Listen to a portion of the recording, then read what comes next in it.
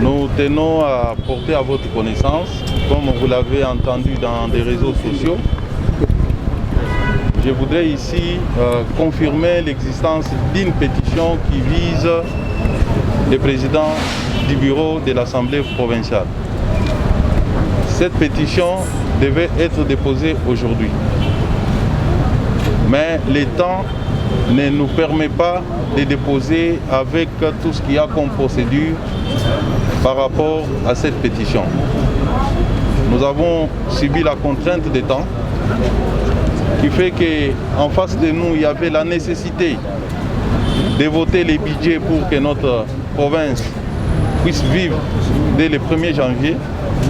Nous avons ainsi privilégié l'intérêt supérieur des Quinoises et Quinoises pour surseoir au dépôt de notre pétition à la plénière de ce jour. Nous promettons que cet engagement ferme, tel que voulu par le président de la République à travers sa vision de l'union sacrée de la nation, qui n'est autre chose que la défense des intérêts moraux positifs, envie de construire notre pays et plus particulièrement notre ville-province de Kinshasa. Nous restons donc déterminés, je disais que nous gardons cet engagement à poursuivre les combats par rapport à la manière d'une bonne gouvernance qui doit s'installer d'abord à partir de notre Assemblée provinciale. Je dois ici vous dire que les députés qui ont signé cette pétition désavouent certaines attitudes, comportements, faits et gestes du président de notre bureau. Comme on dit en français, ce n'est qu'une partie remise pour laquelle nous allons revenir avec force dans les jours qui suivent. Je vous remercie. À travers les réseaux sociaux et quelques députés à l'Assemblée provinciale à Kinshasa ont signé une pétition visant particulièrement le président du bureau de l'Assemblée. Je tiens ici pour confirmer que la pétition ezali lokuta te, ezali coexister kasi totali ngonga, puisque à partir ya lobby to après lobby session na biso ya décembre ezo kangama yango ngonga ezalaki penza te poto déposer pétition wana, surtout que en face na biso likambo ya budget oyo ko permettre le fonctionnement ya ville dans son ensemble ezalaki na mesa toponi ko privilégier intérêt supérieur ya population quinoise to sursoir na dépôt ya pétition na biso kasi elingi koloba te to abandonner pétition ezali na un nombre de choses oyo ba député provinciaux pétitionnaires ont reproché na président ya bureau ya assemblée provinciale à Kinshasa elingi koloba ba retirer confiance na mikolo o ezali koya bokoyoka sango ya orientation nini et à quel moment toko poursuivre pétition wana nde sango na linga kopesa pour que bana mboka bayiba. Merci.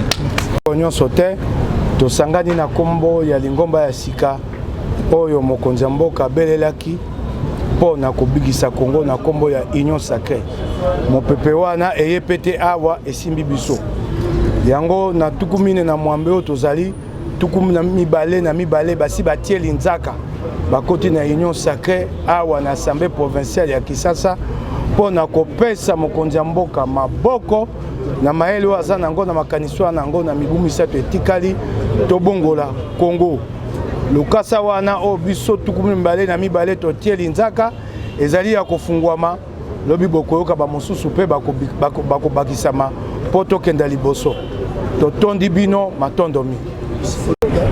Nous, députés provinciaux de Kinshasa, signataires de la présente, considérant l'appel lancé par le chef de l'État à travers son discours du 23 octobre 2020 à tous les compatriotes, toutes tendances confondues, de nous rassembler dans une union sacrée de la nation autour de principes, de valeurs et d'actions dédiées au service de la population.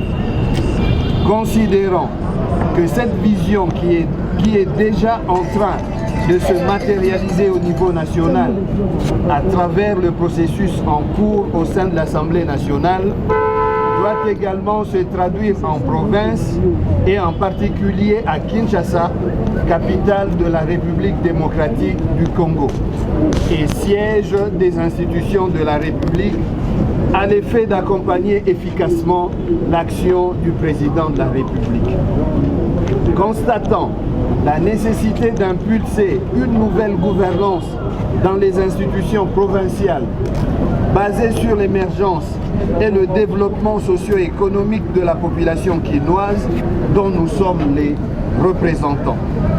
Tirant les conséquences de la fin de la coalition FCC-Cash, dont l'échec dans la gouvernance de notre pays a été reconnu par l'ensemble des forces politiques et sociales lors des consultations menées par le chef de l'État, mû par la volonté et la détermination de s'inscrire résolument dans la vision prônée par le garant du fonctionnement régulier des institutions du pays. Déclarons ce qui suit.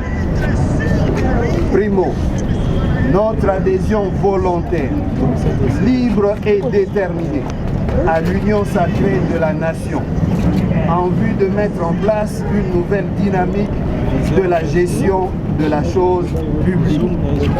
Secondo, notre engagement à soutenir la vision, le programme et les actions du président de la République aux fins d'assurer la réussite de cette dynamique voulue par l'ensemble de notre peuple.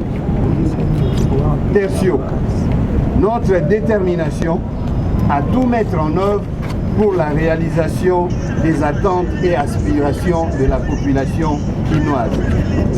Fait à Kinshasa, le 28 décembre 2020. Nous vous remercions. Mais nous avons reçu l'adhésion de 22 députés. La liste reste ouverte et nous allons vous communiquer les prochaines adhésions. Je vous remercie. Ça jasait, beaucoup de gens en ont parlé, mais concrètement au jour d'aujourd'hui, nous n'avons pas entendu parler de pétition. Donc je crois qu'il y a le côté aussi réseaux sociaux qui alimentent parfois des vraies ou fausses informations. Mais s'il y a des pétitionnaires ou bien s'il y a une pétition en cours, on le saura dans la prochaine session. Mais en tout cas, nous avons clôturé la session, nous clôturons le 30, il n'y a pas de pétition, vous étiez là. Au niveau de la plénière, on n'a pas entendu parler d'une pétition. Donc je ne saurais pas trop commenter à ce niveau, puisque je ne fais pas partie des pétitionnaires, ou bien s'il y a une pétition, je ne suis pas moi. Merci. Honorable.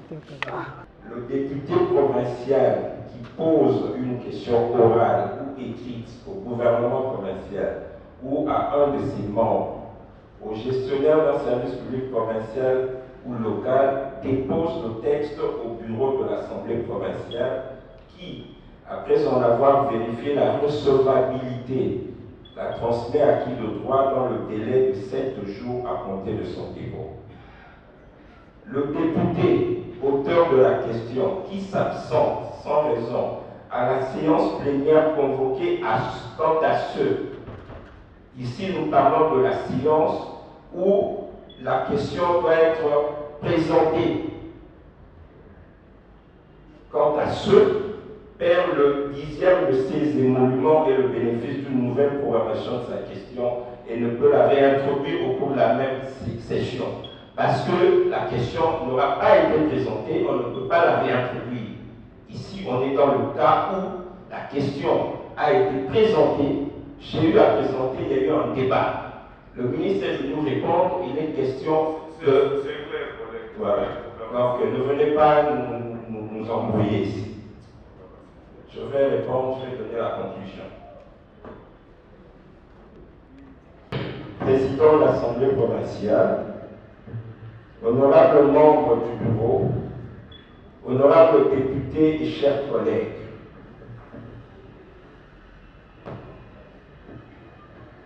je voudrais, avant toute chose, m'acquitter d'un agréable devoir, celui de remercier le ministre provincial en charge des travaux publics et infrastructures pour s'être livré à l'exercice démocratique en répondant aux questions et préoccupations de l'Assemblée, de l'auguste Assemblée, à travers la question orale avec débat que je lui ai adressée. J'en profite aussi pour remercier les honorables députés provinciaux pour avoir, par vos questions et préoccupations, nourri substantiellement le débat engagé à cet effet, ce qui est la démonstration de notre maturité politique.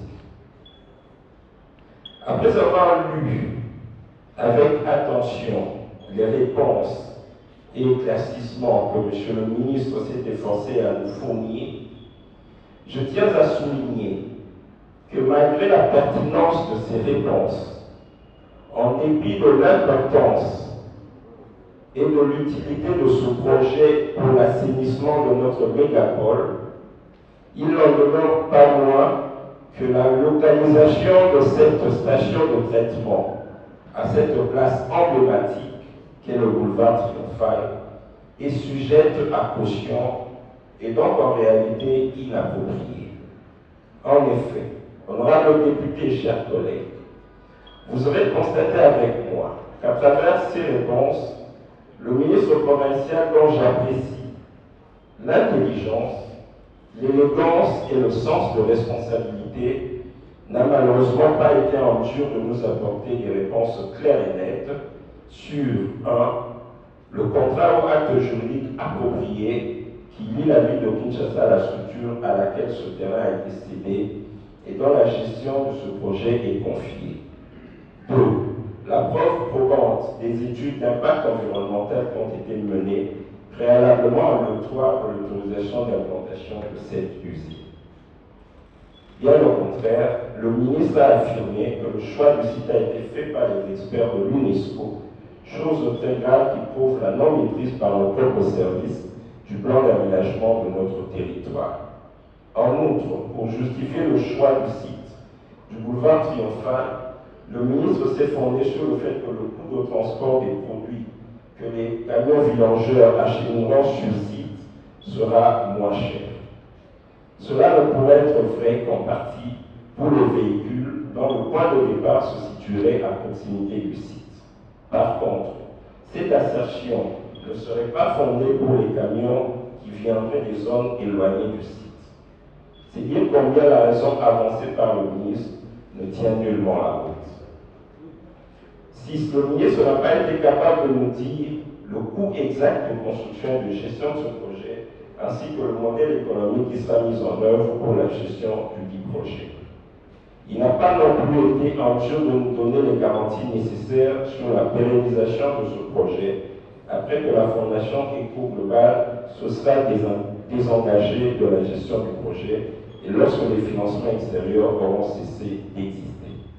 En effet, l'expérience malheureuse du transfert à la ville du projet par l'Union européenne nous démontre à suffisance que le gouvernement provincial ne sera pas en mesure de financer et de gérer avec efficience un tel ouvrage dont les conséquences écologiques risqueraient d'être désastreuses en plein centre-ville, à proximité d'un établissement scolaire et des résidences ainsi que des bâtiments et édifices publics emblématiques. Imaginez-vous, chers collègues, les effets de dégagement d'odeurs nauséabondes et les écoulements de matières et substances polluantes qui pourraient en résulter et porter atteinte à la santé de la population environnante en cas de mauvaise gestion de cette station, qui serait due notamment à la défaillance technique et au manque de moyens financiers dans le chef de l'exécutif provincial. Les images des centres de transfert des déchets ménagers, le long de nos artères, où nous voyons les ordures déborder jusque sur la chaussée, dégageant de fortes odeurs qui nuisent et inconfortent les populations riveraines, doivent nous interpeller sur la capacité du gouvernement provincial à faire face à la gestion d'un tel projet et à cet endroit précis. Le marché central, laissé à l'abandon, et dans lequel s'amoncellent des montagnes d'ordures présentant une image désolante du plus grand centre de négoce de notre pays, présage de ce qui va se passer sur le boulevard Triomphal si nous n'arrêtons pas dès maintenant la réalisation de ce projet sur ce site. Par ailleurs, puisque le ministre admet que la proximité d'un bassin de production agricole est une possibilité qui peut être envisagée dans le choix du site devant accueillir cette station, étant donné que cette proximité permettra l'utilisation des produits de traitement des boues de vidange comme engrais pour l'amendement du sol, il serait à notre avis plus indiqué et plus approprié que ce projet soit implémenté sur des sites de ce genre. Le projet ayant toute son importance et un intérêt certain, mais au regard des risques et des contraintes que nous venons d'évoquer, nous estimons qu'il serait judicieux de l'implanter ailleurs. Honorables députés, chers collègues, j'en appelle à notre sens de responsabilité et de défenseur des intérêts de notre population.